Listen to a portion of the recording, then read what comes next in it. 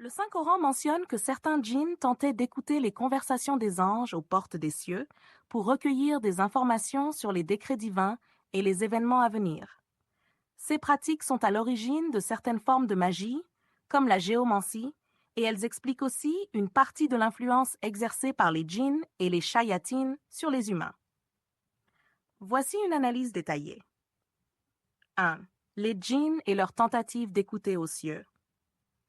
Avant la mission du prophète Muhammad s.a.w., il était possible pour certains djinns de s'approcher des cieux pour espionner les anges et rapporter des bribes d'informations.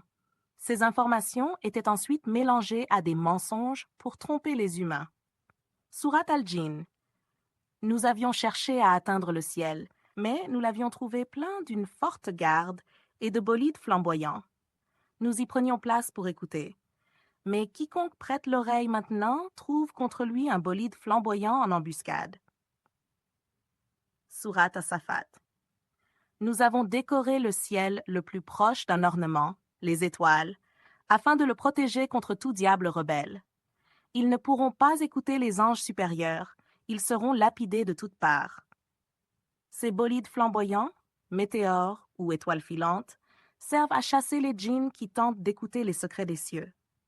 Cela signifie qu'après la venue du prophète PSL, Allah a renforcé cette interdiction pour préserver la vérité divine. 2. Origine de la magie et de la géomancie.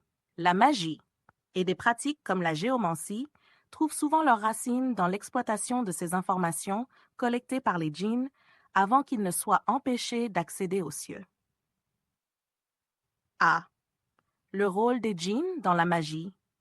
Les djinns, en particulier les shayatines, utilisent leurs connaissances limitées pour tromper les humains en prétendant révéler des secrets ou prédire l'avenir. Les magiciens entrent souvent en contact avec ces entités en faisant des pactes, en échange de sacrifices ou d'actes impies. Surat al-Baqarah, et ils suivirent ce que les diables racontaient contre le règne de Suliman. Alors que Suliman n'avait jamais mécru, mais bien les diables, ils enseignaient aux gens la magie. B. La géomancie. La géomancie, utilisation de signes, figures ou sables pour lire l'avenir, peut être liée à ces pratiques, car elle repose souvent sur 1. Des inspirations trompeuses des djinns. 2. Une tentative de percer les secrets de l'invisible, interdite par Allah. Les djinns qui prétendent révéler ces informations n'ont qu'une connaissance partielle et fausse. Même lorsqu'ils divulguent une vérité, celle-ci est diluée dans un grand nombre de mensonges. Le pouvoir des djinns et des shayatines. Les djinns et les shayatines possèdent des capacités naturelles qui les rendent puissants, mais leur pouvoir reste limité et soumis à la volonté d'Allah. Voici leur source de pouvoir. A. Leur nature énergétique.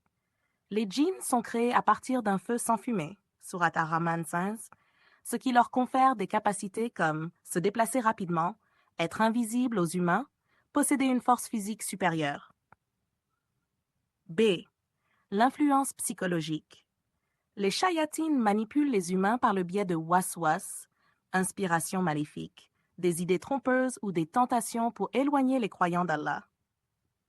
Surat An-Nas 104.5, contre le mal du tentateur furtif qui souffle le mal dans les poitrines des gens.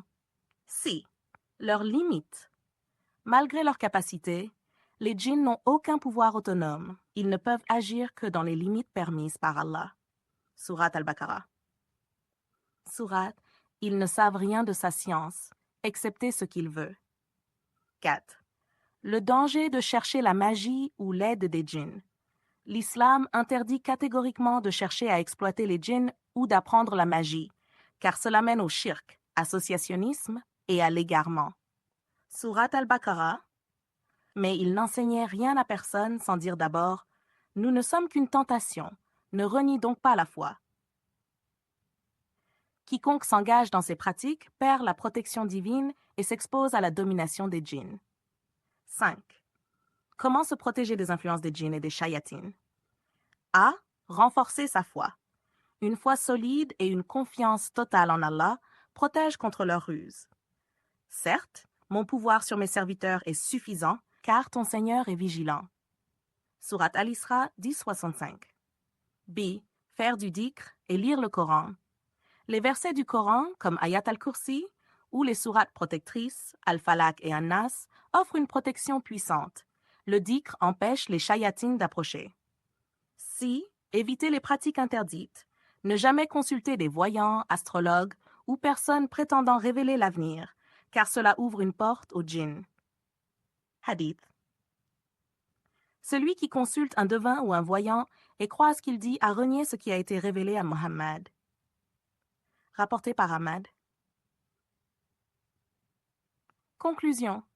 Les djinns et les shayatines ont utilisé leur capacité pour influencer les humains à travers des pratiques comme la magie et la géomancie, mais leur pouvoir est limité et soumis à la permission d'Allah.